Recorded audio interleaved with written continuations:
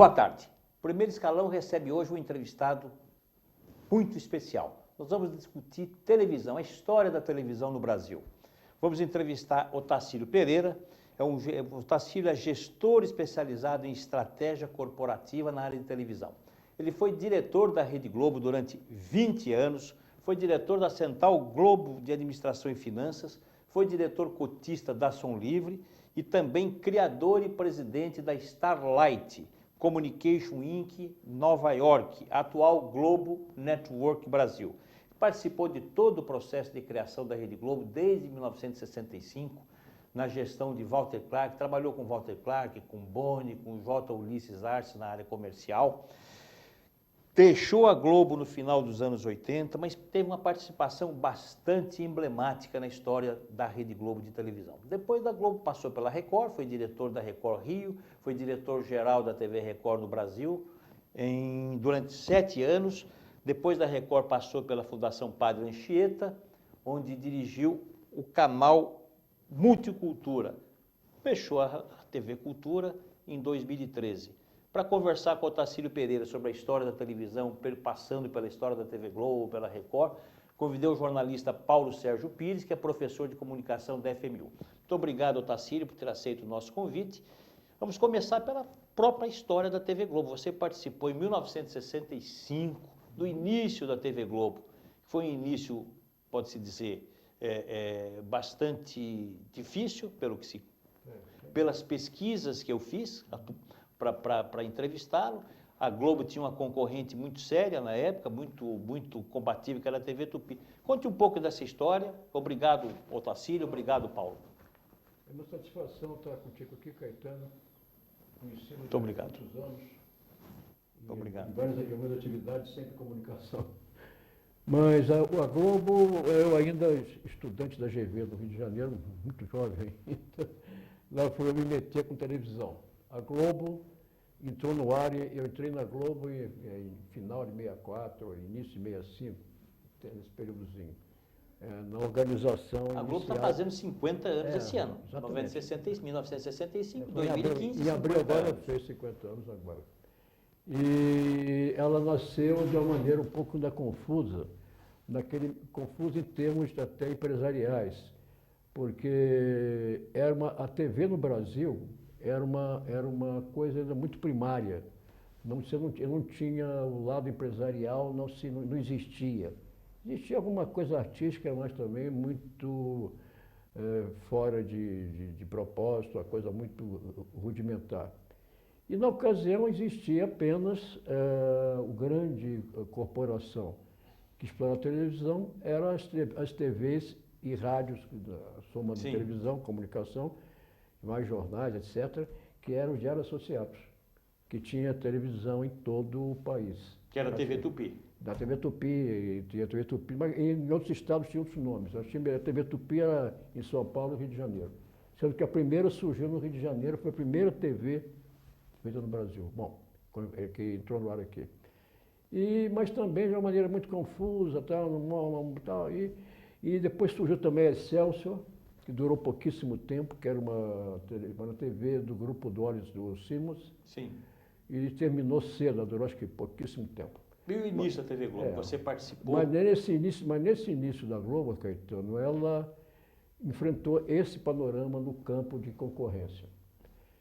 E ela começou de maneira um pouco ainda primária também. Como tudo no Brasil, a coisa não existia ainda o aspecto empresarial. A administração no Brasil ainda era uma coisa primária, por incrível que pareça, principalmente no ramo de comunicação. O que você chama de coisa primária, dentro desse início? Não, se você não pensar, vou dar um exemplo típico, mas não na emissora, em todos os lugares havia. Não havia uma coisa muito óbvia, que hoje em dia todo mundo sabe. Até acho que o quitandeiro da esquina pode ser, ou o padeiro, enfim.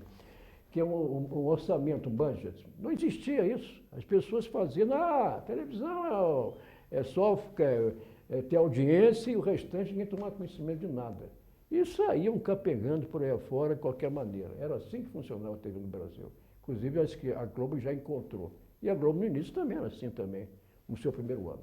E qual era a programação nessa época? 1965, 66, Não, aí 67? era muita orquestra sinfônica, tinha uma orquestra fixa de 40 e tantos músicos, um absurdo para a televisão, que pegava, que era o último lugar no Rio de Janeiro. E já funcionava no Jardim Botânico naquela época? Já, era um prédio inicial. E já tinha o canal de São Paulo, que era antigo OVC, que era o canal 5, Organizações Vitor que é o Costa. canal 5 de São Paulo. Foi comprada, entrou também praticamente junto, um ano depois, ou alguns meses depois, ela entrou o canal do Perfeito. Rio e complementado com o canal de São Paulo, que o Roberto Marinho comprou a OVC e 2 rádios, Nacional e Excelsior, que é atuais Globo de São Paulo e tal. Aí o que aconteceu? Ele foi andando por aí afora. Nesse meio tempo, e havia uma briga muito séria do Roberto Marinho com o Lacerda, com o Carlos Lacerda, que era o governador do Rio de Janeiro, que era o político mais em evidência no Brasil naquela ocasião. E essa briga foi nesse período, anos Foi nesse 60, meados dos período, anos 60. por razões outras, porque não foi com a televisão. Perfeito. Ela esborrou em cima da televisão, mas dizer por quê?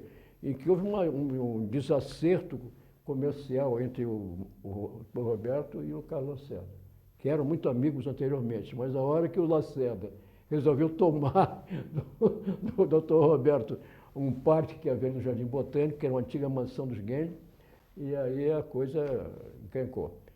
E nesse meio tempo houve uma ficaram associação. inimigos, então, a partir dessa época. E aí o que aconteceu? Entrou no negócio, antes da sua inauguração, pouco antes da inauguração, tinha entrado a sociedade do Roberto Marinho com o Time Life, que na ocasião isso foi muito badalado, muito movimentado E sofreu noticiado. porque sofreu uma campanha braba, movida pelo Lacerda contra isso. E os associados, evidentemente, se juntaram ao Lacerda porque estava surgindo mais um concorrente. A crítica era a entrada de capital estrangeiro para gerir uma emissora de televisão brasileira. Mas não tinha, foi por aí? não era proibido, não. Não era proibido naquela época? Na ocasião não era proibido.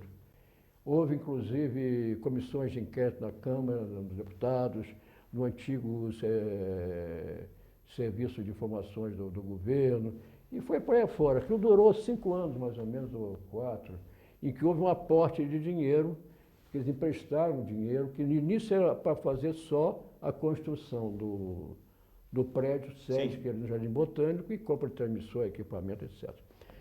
Mas a coisa depois entrou, como a Globo estava em último lugar, dando um prejuízo danado que ela dava, porque era feita de qualquer maneira. Dava prejuízo. Dava um prejuízo no campo, terrível negócio. Agora, antes de passar a palavra ao Paulo Pires, o diretor do grupo Time Life no Brasil, que trabalhava na Rede Globo, era o executivo americano Joe Wallach. Não.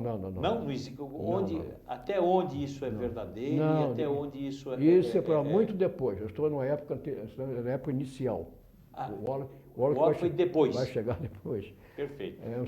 Só para a gente situar no tempo e no espaço. Era um cubano Catar que morreu no meio do caminho e tal. Perfeito. Foi preso pelo Lacerda. Se eu contar essa história toda, com esses detalhes todos, eu vou ficar com mais 2 programas desse tamanho. 2 seriam insuficientes. Então, vou tentar simplificar. Então, o que aconteceu? Com a entrada do Time, e essa subvenção das despesas para tampar o buraco e pagar a folha, etc., o mínimo, e tinha que vir um aporte de dinheiro lá deles lá de fora. Mas não vinha o dinheiro de fora, era um empréstimo que se fazia ao banco aqui. E quem dava o aval para o banco eram os americanos, que eram sócios. Era 49% deles e 51% do brasileiro, Marinho, ok? E isso foi uma campanha feroz contra a Globo e contra o Marinho. Então, a empresa nasceu com dificuldade e com uma campanha brutal em cima dela. Encabeçada pelo Carlos Lacerda. Nossa Senhora, aí os políticos entraram no meio, os associados, que era o Edmundo Monteiro, que era o gestor maior dos associados, dirigiam uma campanha feroz, até provocar uma campanha, uma comissão parlamentar de inquérito. Naquela ocasião não tinha revolução, ainda tinha Câmara com CPI, não sei o que mais, etc. E foi por aí fora. Até que, finalmente, chegou uma pessoa que seria, digamos assim, uma encarregada dos negócios do Time no Brasil. Aí a figura aparece o Joe Wallach. O Joe Wallach eu considero uma pessoa que não se fala muito. Depois ele ficou um pouquinho conhecido no meio.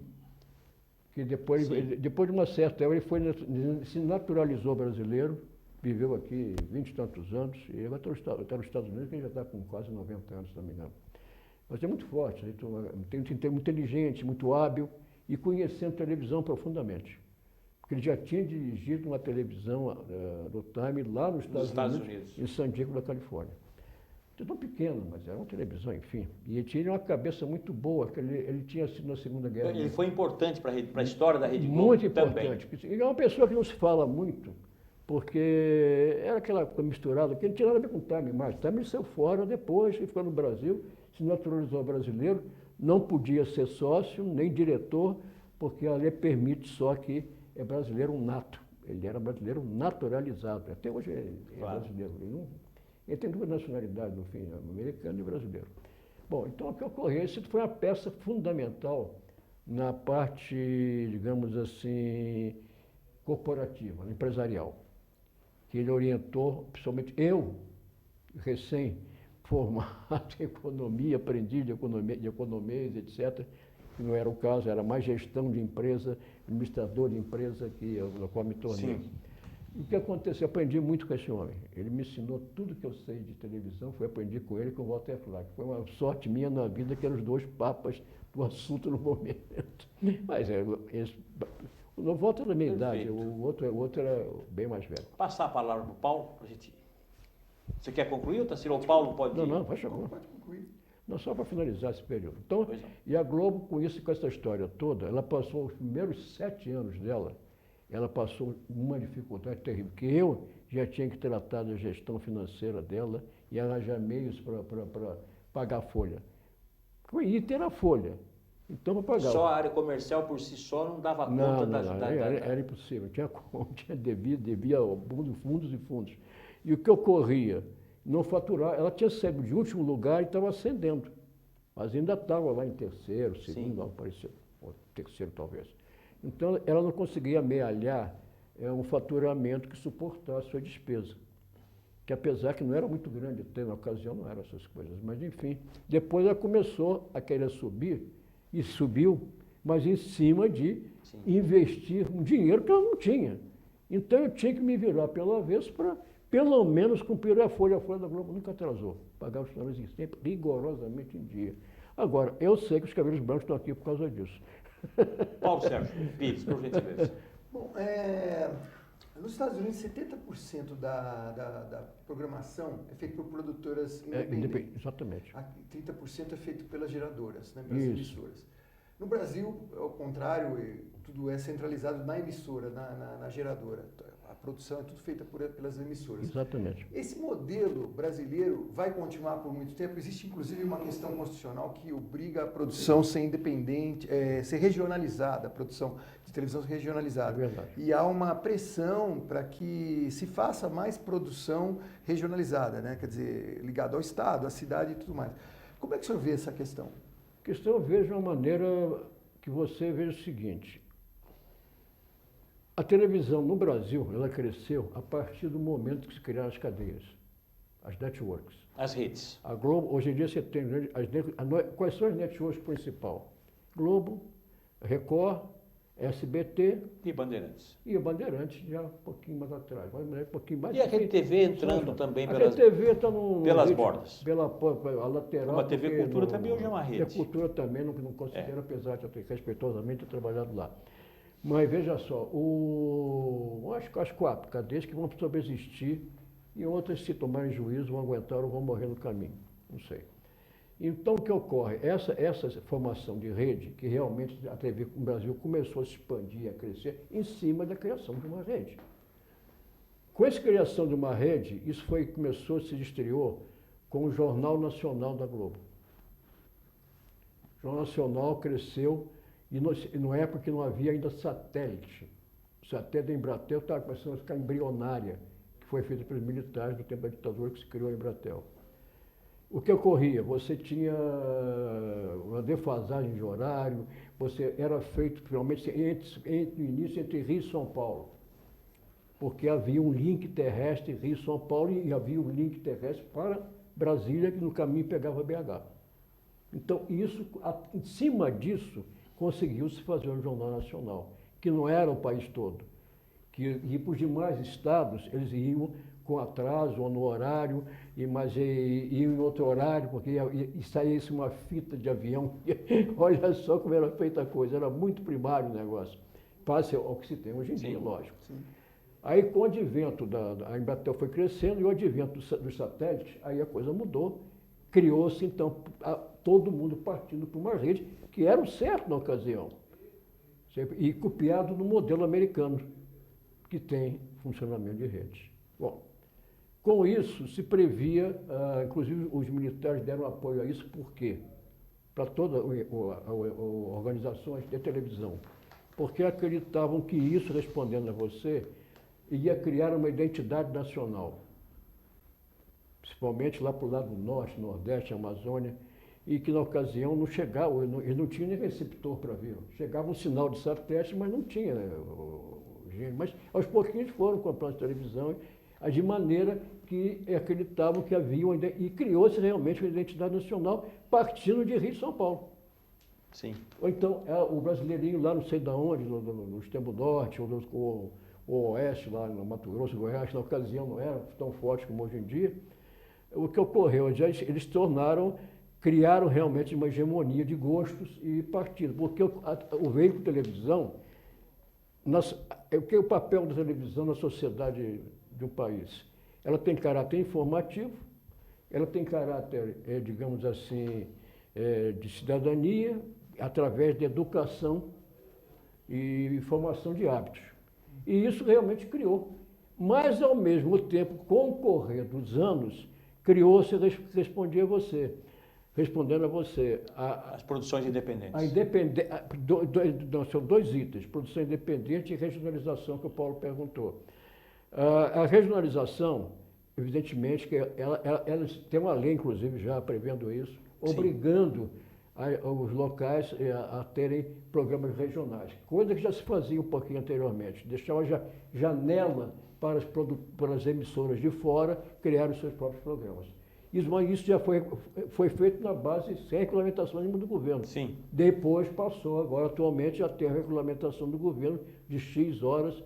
Não sei dizer a você exatamente se está sendo cumprido por todo mundo. Como existe uma nova lei que surgiu recentemente, não te interrompendo, Tacílio, que obriga as emissoras fechadas a exibirem 3 horas semanais de produção brasileira, mas isso produzida por produtoras independentes. É uma nova lei que surgiu agora, obrigatória. Eu estou me referindo à TV aberta. Sim. Eu estou pegando carona nessa análise, nessa leitura que você está colocando. Eu vou chegar depois na TV fechada. Então veja só, na TV aberta que está assim, então você tem, eu acho que não vai chegar uma hora que isso vai se diluindo. Agora, quanto à produção independente para a TV, já existe uma obrigatoriedade de X horas feita por produção independente para os canais fechados. Os canais abertos já começam a engatinhar, ainda está muito primário ainda, através da Ancine. Isso é a regulamentação que ainda está meio capenga, não está muito ainda bem confuso. É feito... Está em fase embrionária. É feito uns editais, não é aquela coisa de governo extremamente burocrática. A própria Ancine não entende como é que faz, tanto para a TV aberta quanto para a TV fechada. Tem os relatórios mensais que nem os funcionários sabem fazer, e as empresas também não fazem, porque é uma confusão monumental. Quer dizer, aquela coisa que cresceu no Brasil, mas não se andou. Está meio estagnada, batendo o pé na burocracia, que está emperrando mais isso. Só não é por falta de vontade das cadeias ou das emissoras individuais fora das cabeças de rede. Não sei se respondi a você que você precisou. Uma coisa que a gente vê ao longo dos anos aí é recorrente problema financeiro nas emissoras de televisão, nas geradoras, inclusive. Uhum. Várias faliram, várias... As cabeças de rede. As cabeças de rede. Várias vêm tendo problema, de tempos em tempos, problema financeiro. Por que ocorre isso? É uma coisa sistemática, né? Sempre acaba ocorrendo problemas financeiros, algumas com ameaça até de falência, né? Não, algumas foram caçadas. Uhum. A Tupi foi caçada, os canais foram redistribuídos, parte dos quais a SBT herdou, parte do Bloco herdou, que agora é a RTV. É uma boa pergunta, Paulo. Então, o que aconteceu isso? Todas elas feitas em cima de uma aventura. Elas não se profissionalizaram. A Globo foi a primeira emissora, isso eu participei disso, fui um dos responsáveis. Modestamente, foi um pequeno, digamos assim, responsável por profissionalizar a gestão administrativa e financeira de estações de televisão. Não é difícil, é complicado, ela é mais complexa que você controlar uma fábrica de carro, vamos supor, que aquilo é uma cadeia, é a mesma coisa sempre. Nossa televisão é uma variação você planeja uma novela para acontecer que o personagem vai morrer, de repente ele vira herói, porque o gosto público, você já muda tudo, tem que fazer tudo de novo, monta cenário, desmonta cenário. A coisa é braba, é muito despesa. E essas emissoras não tiveram controle empresarial de jeito nenhum. Eu aprendi muita coisa, inclusive, que eu fiz um estágio bem no passado já, no início, bem nesses 5 anos infernais da Globo, depois de 7 anos, acho que no 8º, 9º ano, na CBS e ABC nos Estados Unidos, 6 meses numa e 3 na outra. E toda a parte. Você trabalhou nessas 2 emissoras americanas? Fiz um estágio de americano, mas fiz um estágio... NBC e ABC. E ABC. Um em Nova York, outro em Los Angeles. Então, eu verificava como é que eles trabalhavam. Por exemplo, um exemplo típico. Você, hoje em dia, tem uma coisa que no mercado publicitário é uma bíblia total e todo mundo pratica. Todas as emissoras fazem isso e as agências todas cobram isso. Bonificação de volume. BV. Eu sou o pai disso. Indiretamente, eu não criei esse troço mais. Bom, vou contar como foi. Eu aprendi isso, eu cheguei para os Estados Unidos, eu pensei, como é que vocês... Eu fui fazer um estágio na área comercial, depois na área administrativa, na área operacional, tudo que era canto dessas grandes cadeias americanas. Aí eu conversando lá com os sujeitos da área comercial, como é que vocês fazem para dar desconto, como é que cresce? Aí me explicaram a história toda e eles, não, a gente aqui, por exemplo, tem a bonificação que a gente dá conforme o volume, e qualquer volume negócio, de investimento. Qualquer negócio tem isso. Dela faz goiabada, tem uma televisão, lá o que seja. A chamada BV. Aí eu cheguei no Brasil numa reunião de diretoria que havia segundas-feiras. Estava o Walter, eu, o Olago, o Ascar, que eram os presidentes comerciais que você conheceu. E disse, tem esse negócio lá que o pessoal dos Estados Unidos faz, que isso é bonificação de volume, que é isso assim, assado, que é um contrato anual, que eles fazem, uma vez por ano, com a agência, que ela tem um acordo de faturar naquela emissora X milhões por ano. Ponto. Aí é repassado uma verba. Aí, além do chamado 20% das agências, o BV é um tanto mais. Que hoje em dia nenhuma agência vive dos 20%, é o 20% mais o BV. Porque senão a agência quebra. Inclusive, alguns anunciantes queriam também receber parte desse BV também. Depois recebem, né? Mas é problema da agência, não é problema da emissora. Isso, no fundo, o que era? No fundo, o que se tornou isso? Naquela ocasião, né, na época do martelo de pedra da TV brasileira, os veículos compravam e davam dinheirinho para os mídias das agências. Para em vez de negociar, vamos supor, negociava 30 segundos um spot. Na realidade, vinha 1 minuto. Você tinha máquinas meio primárias para exibir. Hoje em dia tudo sendo de computador, servidores que governam todos os espaços. Você não tem nada, esse risco não existe mais. E isso acabou também com essa bagunça de você comprar a mídia. No fim, você está comprando quem? O dono da agência. Tacílio, dando um pulo no tempo, você trabalhou na Rede Globo desde 1965 até o final dos anos 80. A emissora nesse período era líder absoluta de audiência, dava 90% de share, audiência maciça, absoluta. Hoje, a Rede Globo não passa de 30%, 35% de share, caiu muito. Por quê? O que aconteceu? Caiu a qualidade, surgiram novas emissoras, a divisão do bolo está maior, do bolo de audiência. Mas eu quero que você responda depois do nosso intervalo comercial, daqui 3 minutos. Tá bom. Obrigado.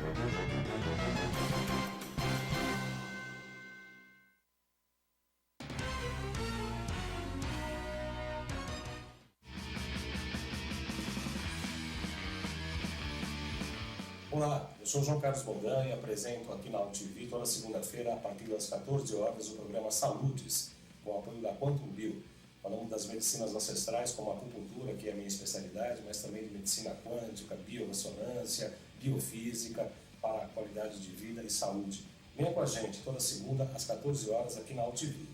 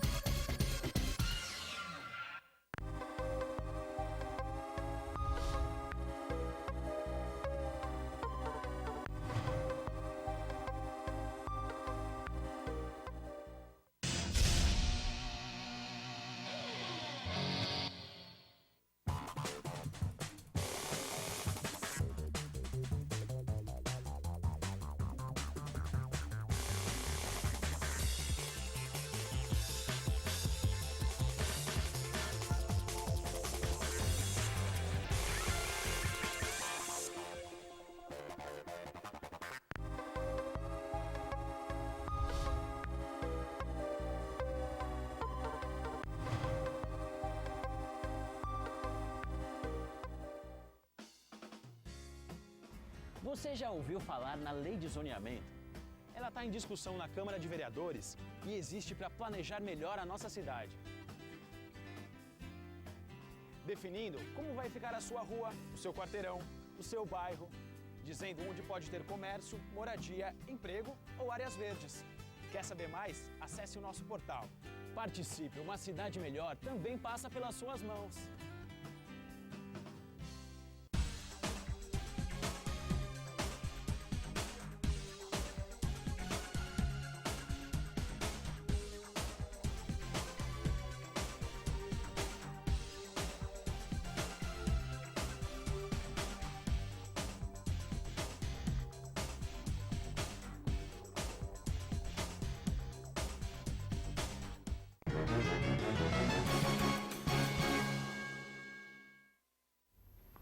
Ô Tarcísio, retomando a pergunta, a Rede Globo dava 90% de audiência, 90% de share.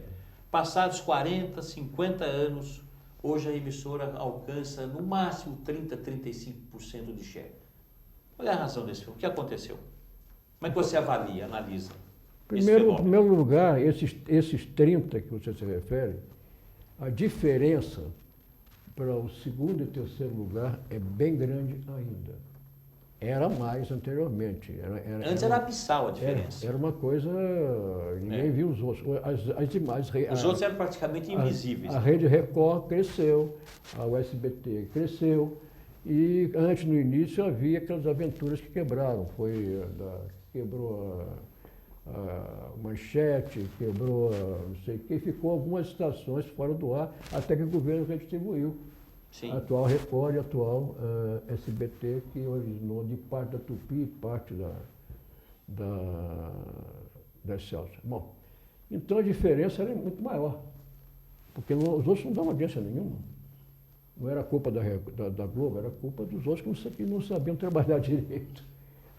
Aí, com o correr dos anos, o pessoal foi aprendendo, digamos lá, melhorando a sua operação, a sua produção e a sua programação. Elas cresceram. Mas mesmo assim a diferença é gigantesca.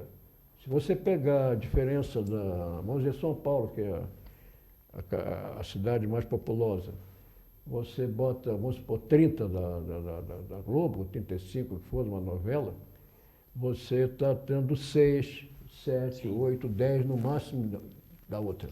Tarcísio, a espinha dorsal da grade de programação da TV Globo durante a semana é a mesma que foi criada durante a sua época. 3 novelas, novela das 6, novela das 7, Jornal Nacional e novela das 8. Hoje os horários estão um pouquinho alterados, um pouco diferentes. E o Fantástico Domingo. E vem dando certo até hoje. Essa receita ela ainda tem futuro, ela permanece como um fator preponderante na manutenção da audiência e faturamento da TV Globo? A grade, Caetano, ela é o programa em si. Os programas foram se modificando também. O próprio jornalismo, o Jornal Nacional, ele hoje em dia, o Jornal Nacional tinha a primazia do noticiário. Hoje em dia não tem mais. E você pegar a Bandeirantes lá com o jornal dela, que eu, aliás, eu particularmente gosto muito, lá com o Baixar, ela dá notícias são as mesmas, mas os outros não conseguiam absorver isso por que razão, não sei. Era falta de dinheiro, não sei o que era. Porque você tem que fazer assinatura de correspondente fora do Brasil. A Bandeirantes já tem correspondente em Nova York, na Europa. Todas elas têm? Tem. A primeira a fazer isso foi a Globo. Então o Jornal Nacional tinha uma presença e uma condição de dar as primeiras notícias dadas por eles. Hoje em dia não é mais Perdeu. isso.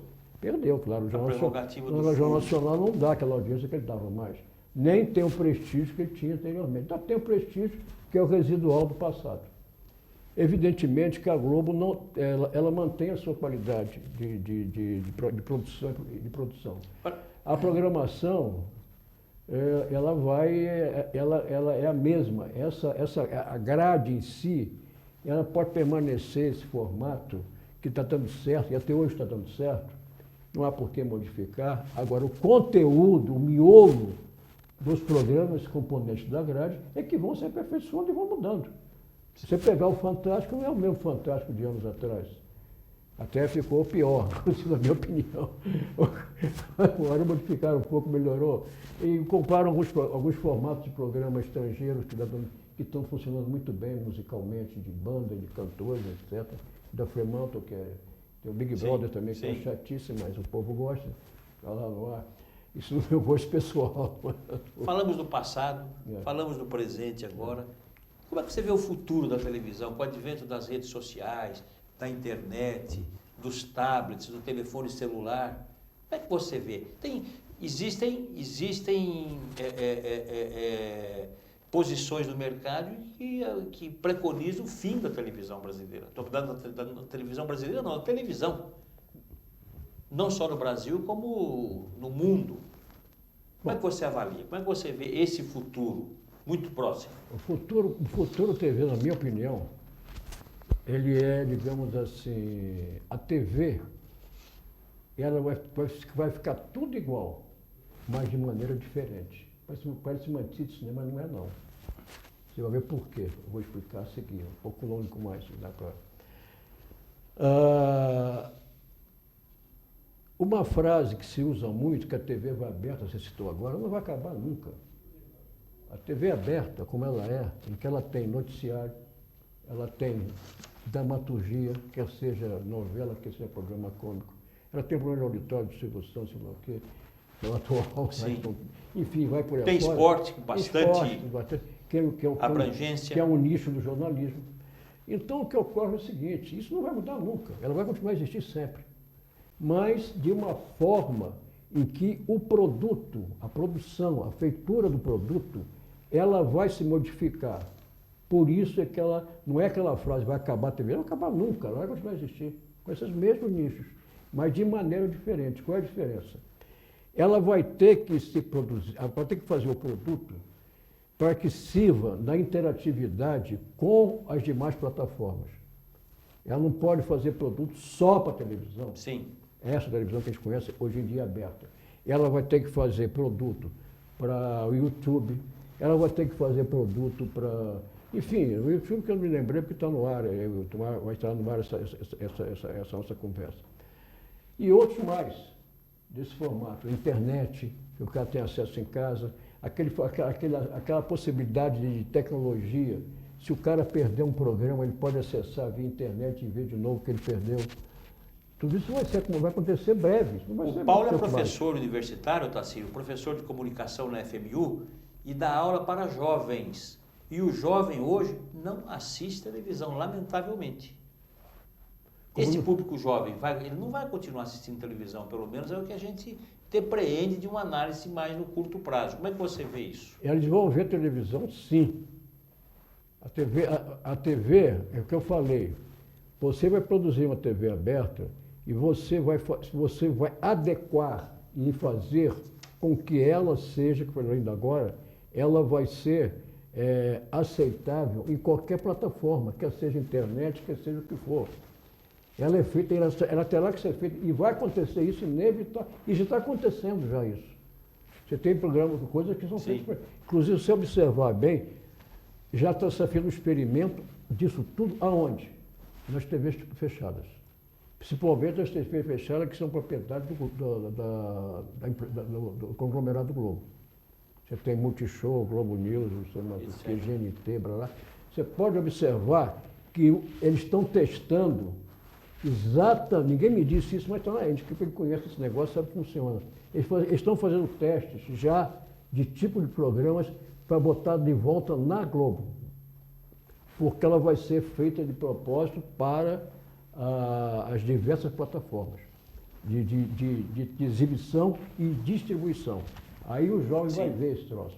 Porque a mesma maneira, só complementando, permita, da mesma maneira que o jovem também não lê jornal mais. Ele não lê jornal, no papel. No papel acabou. Esse realmente eu acho que acabou. Acabou? Não, vai acabar. Vai acabar.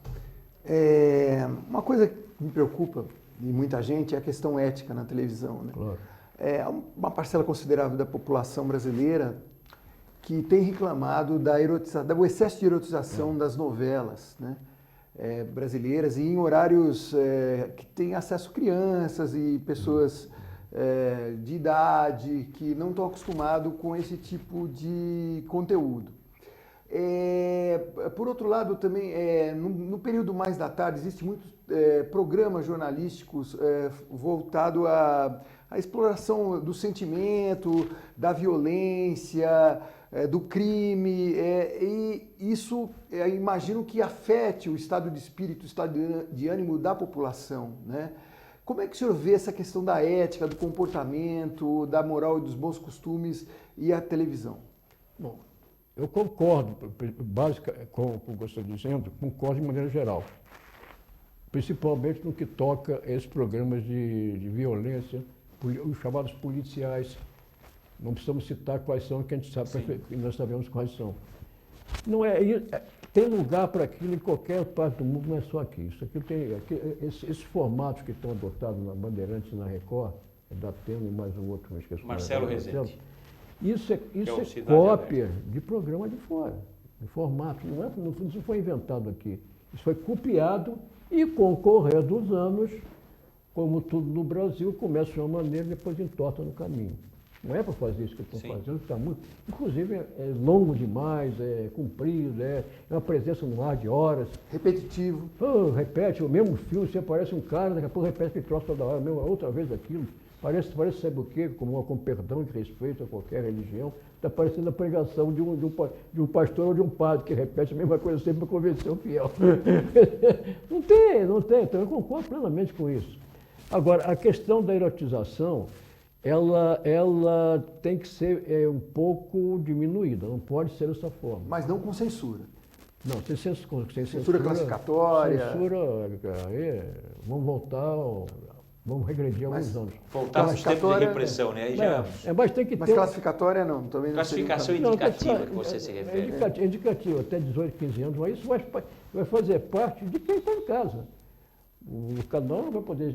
está botando cumprido aquilo que a lei manda. Agora, é o tal negócio. Você vai saber se a criança está vendo, se o jovem está vendo aquele negócio que não deve ver. Se bem que hoje em dia o acesso de idade, não é uma criança pequena, mas de certa idade, 17, 18 anos de idade, 16 para frente, já conhece tudo aquilo. Aquilo já virou...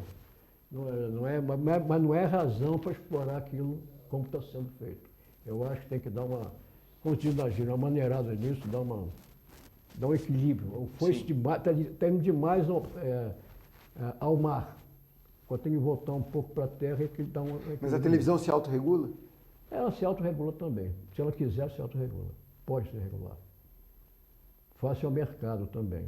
O mercado brasileiro é muito ainda... Até o mercado consumidor é muito ainda tumultuado, né? Não tem muita... É como eu falei para você, o papel da televisão na sociedade, ela também tem um lado de formação de hábitos e vícios, as duas coisas. Isso o cinema tem, a publicação, um jornal, uma revista também tem, não é só ela. Ela tem mais impacto porque é a imagem grande que está ali na frente. Um livro, uma revista, você compra se quiser, lê se quiser, enfim. Eu acho que isso com o correr do tempo vai começando a maneirar um pouco, se equilibrar. Não vai por si acabar, só. não vai acabar nunca, porque não. Agora, Otacílio, outra tendência. Pouca realidade também, né? Otacílio, outra tendência que nós constatamos hoje no cenário da televisão brasileira é que grandes redes, com raríssimas exceções, estão fatiando os seus horários, as suas grades, vendendo espaço, sobretudo para igrejas evangélicas. Algumas vendendo até 10 horas dia de suas programações. No caso da Rede Como é TV. que você vê esse é um fenômeno? Isso é um fenômeno, isso é um absurdo. Como é que você avalia isso como homem de televisão, como profissional de televisão, conhecedor, pesquisador, estrategista e gestor? Isso não existe isso. É uma coisa, por exemplo, quando antigamente as televisões vendiam espaço, e o cara produzia, eu tinha uma ideia, ele fazia e comprava aquele meia hora, uma hora do canal. Sim. Isso nem a Globo fez, nunca fez isso. A Globo, desde que ela existia, e mesmo na época difícil dela, ela não tinha esse negócio. Ela só teve um programa e vocês pagavam uma ninharia, porque esse programa era obrigatório com recado de Brasília, que era Amaral Neto Repórter. Não sei se vocês lembram E que não disso. tinha essa rubrica, né, de info publicitário, de horário vendido. Não, mas ele pagava uma quantia pequena. O Silvio simbólica. Santos teve um período que ele comprou espaço também na Globo. Não, mas a Globo foi O Silvio acho que era funcionário da Rede Globo, Não, foi da não, tua não, época, não era? Não. A Globo herdou, através da Rádio Nacional, ou Rádio Excelsior, uma dessas duas, que foi comprado junto com o Canal 5, que era o antigo AVC, ele fazia um programa de auditório. Depois ele fazia também um programa de auditório ali na Rua dos Palmeiras, quando pegou fogo. Que era óbvio, que era a TV Globo. Nesse tempo, ele pagava uma quantia que já vinha de trás, tinha contratos firmados com o antigo AVC. Ah, era então um horário comprado o Silvio Santos? Para mim é uma grande novidade. Mas era comprado. Porque na rádio não era também, nas duas rádios. E depois acabou-se com isso, o Silvio teve a sua rede. A única experiência que teve lá foram essas duas. Otacílio, você passou pela rede pública também, recentemente, 6 anos na Fundação Padre Anchieta, canal Multicultura. Por que as emissoras públicas elas têm audiência, não têm audiência, mas têm prestígio, têm programação de qualidade. Por que tem essa audiência tão baixa?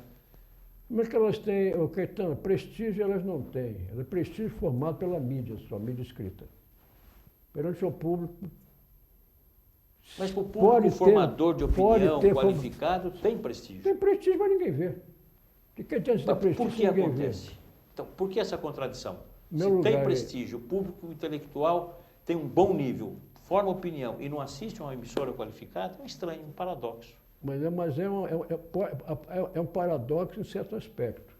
Porque não se criou ainda um espírito necessário ou criar me falta um termo agora que é bom para isso, criar uma personalidade. Fidelização? Não, criar uma personalidade para as TVs públicas, que não se fez até hoje.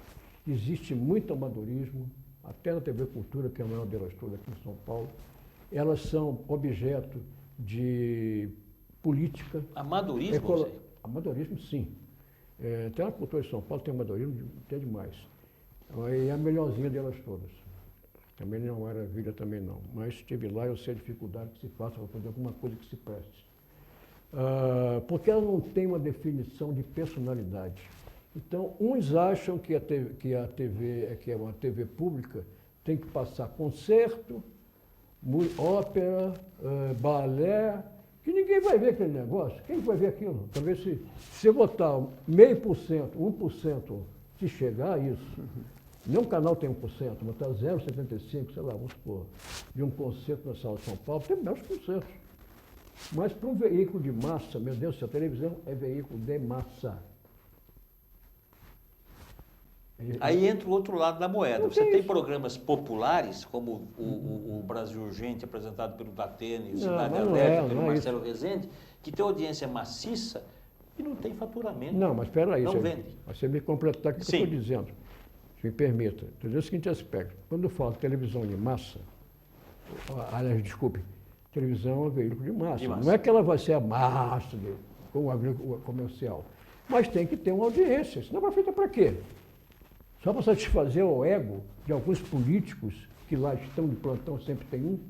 ou vários, então com isso que não sabe o que é televisão na vida, por isso que a TV Cultura, uma das razões que a cultura não anda para frente, é sempre a política de plantão lá, a política do governador de São Paulo, porque a TV Cultura não é uma empresa estatal, ela é uma fundação e pelo seu estatuto ela tem uma quantia do Estado de São Paulo que dá para ela que não cobra a sua despesa. Contingencia uma verba. Mas ela não tem autonomia, por exemplo, com a BBC de Londres. De jeito Inclusive, nenhum. uma É um autonomia outro modelo, crítica, né, Paulo? É um outro modelo. Uma autonomia crítica em relação ao próprio governo. Coisa que a e outra cultura a também. TV pública e TV estatal são diferentes. São diferentes, nada a ver. Então a pública pode ser de uma organização.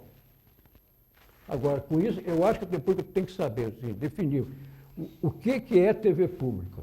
Não, é uma confusão, cada um entende uma coisa, estatal da estatal, não sei. A maioria delas são estatais. A Cultura de São Paulo só porque recebe uma verba do Estado. Os outros todos recebem, são propriedade do Estado e recebem dinheiro do Estado. Então, o que ocorre?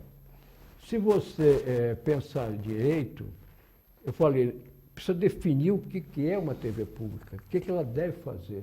E outros itens mais, que eu não vou citar, senão eu vou alongar muito, e o mais difícil de todos, definir qual é a receita de onde virá para manter essas estações. Não existe. A publicidade, o senhor vê com bons olhos a publicidade em TV pública. Pode ser feita também, não há nada E que não é muito errado, potencializada e explorada, né? Nada Há a ver. limitações, né? Você não vai ver, não pode botar tantos por cento. É um negócio errado.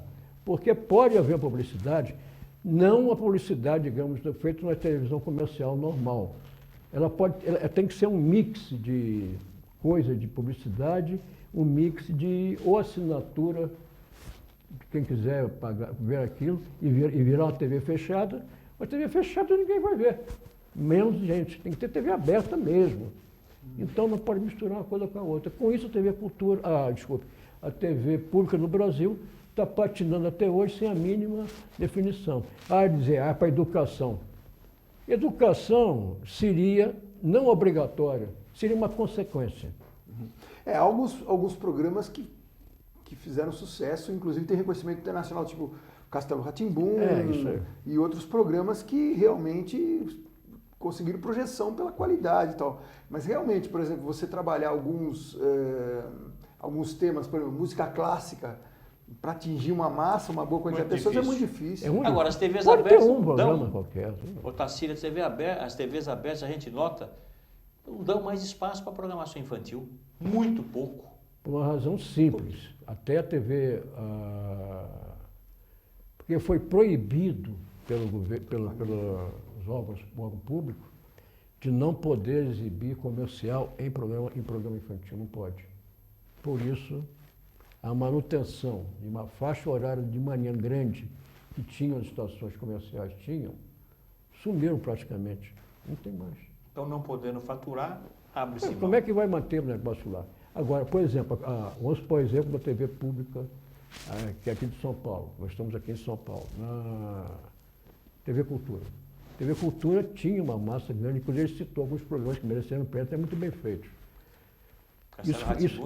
Isso foi no passado, mas também tiveram subvenção de alguma coisa. Não foi só a subvenção do governo do Estado de São Paulo, que custou dinheiro aquilo. Houve comercial na ocasião e tal. Então para fugir dessa amarração, não do lado comercial, mas conseguir exibir uma programação infantil, a Cultura tem que ter um canal fechado, TV Rá-Tim-Bum, que é só criança, 24 horas, só coisa para criança. Tem produções antigas, feito essas e outros de atuais, tal, desenhos, é isso. Agora... O senhor poderia falar um pouco como é que foi o trabalho conjunto, né? O trabalho com o Walter Clark e com o Boni. Quem foi o grande arauto desta grade bem-sucedida da Rede Globo, em toda a sua história? Walter Clark ou Boni? Sempre existe essa dicotomia. Tem gente que diz que foi o Walter Clark, o grande executivo da história da TV Globo, outros dizem que foi o Boni. Não tem uma... Eu vivi esse negócio, inclusive reuniões semanais de diretoria em que se discutia muito os assuntos e todas essas pessoas estavam presentes. Inclusive eu era a voz menor, digamos assim. Então acontece a seguinte coisa, não existe, o Walter era um estrategista. E o Boni, o grande tocador da fábrica, o gestor da fábrica. E realmente ele é uma personalidade muito forte, jeito muito sabendo conduzir uma emissora de TV na sua fábrica, na produção e na exibição.